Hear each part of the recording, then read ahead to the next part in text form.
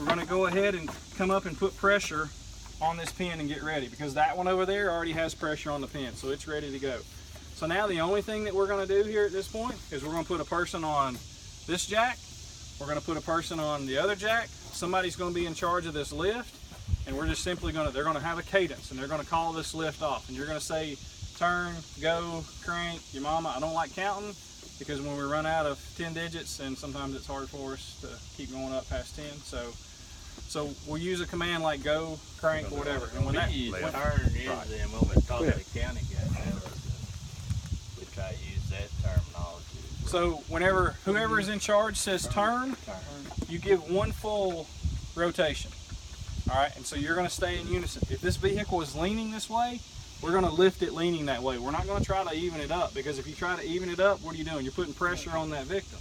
So if it's leaning, we lift it on the lean. Now, some of the things that you have to consider is grade, because we're going to be picking up, where's the weight of this vehicle?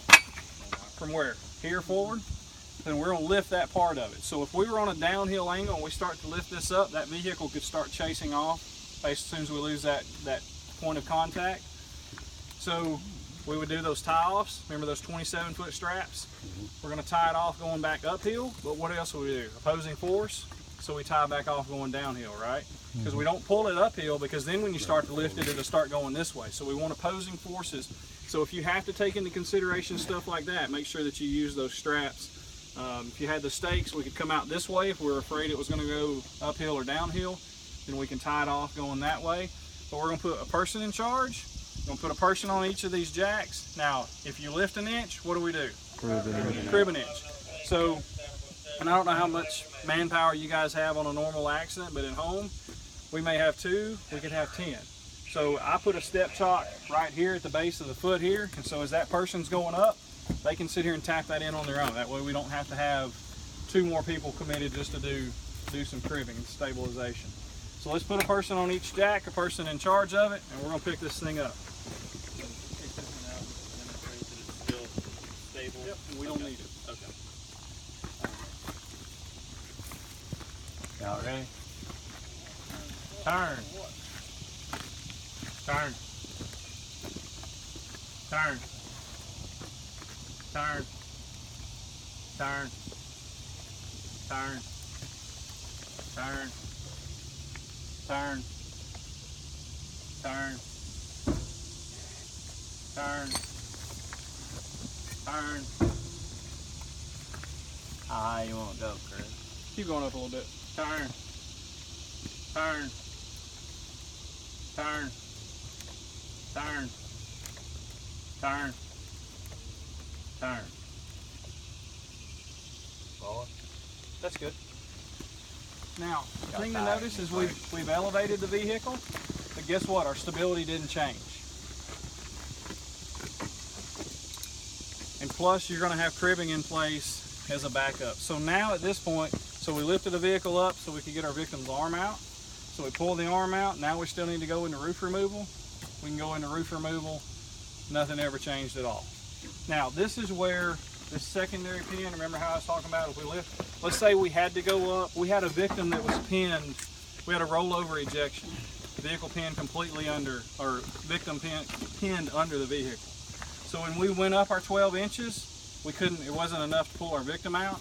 That's where you would come back in, you'd put this pin in right there at the collar, you'd lower the pressure down onto that pin, lower your jack down, we'd go up another 12 inches.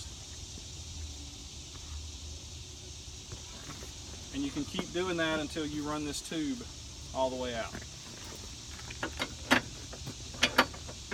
Now, yeah, someone asked if what do we do if we had a concern over here with our J-hook, as far as let's say we weren't paying attention, we were in a hurry, and we had our J-hook slid all the way up to the top of our A-pillar.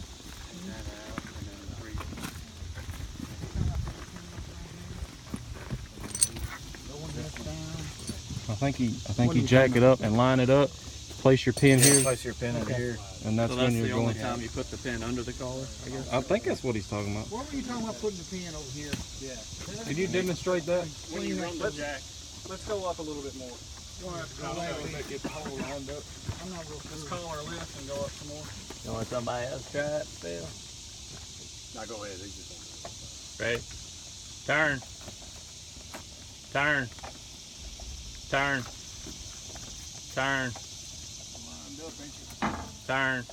So what you're doing is you Turn. got it so high and you got one on. Was lined up. Turn. Turn. Turn. All right, now we can show you. Go up just one more turn. Turn. You want to One more. Turn. One time. One more. Turn. There you go. All right. That ain't where you're So hooking up here. let's say that we were at the top of our 12 inches. Our jack had bottomed out. So now the only thing that you do is you'll come in here. You'll drop your pin in underneath your jack. Lower down onto that pin.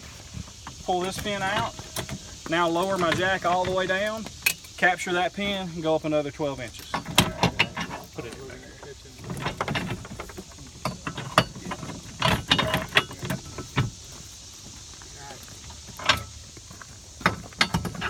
All right, so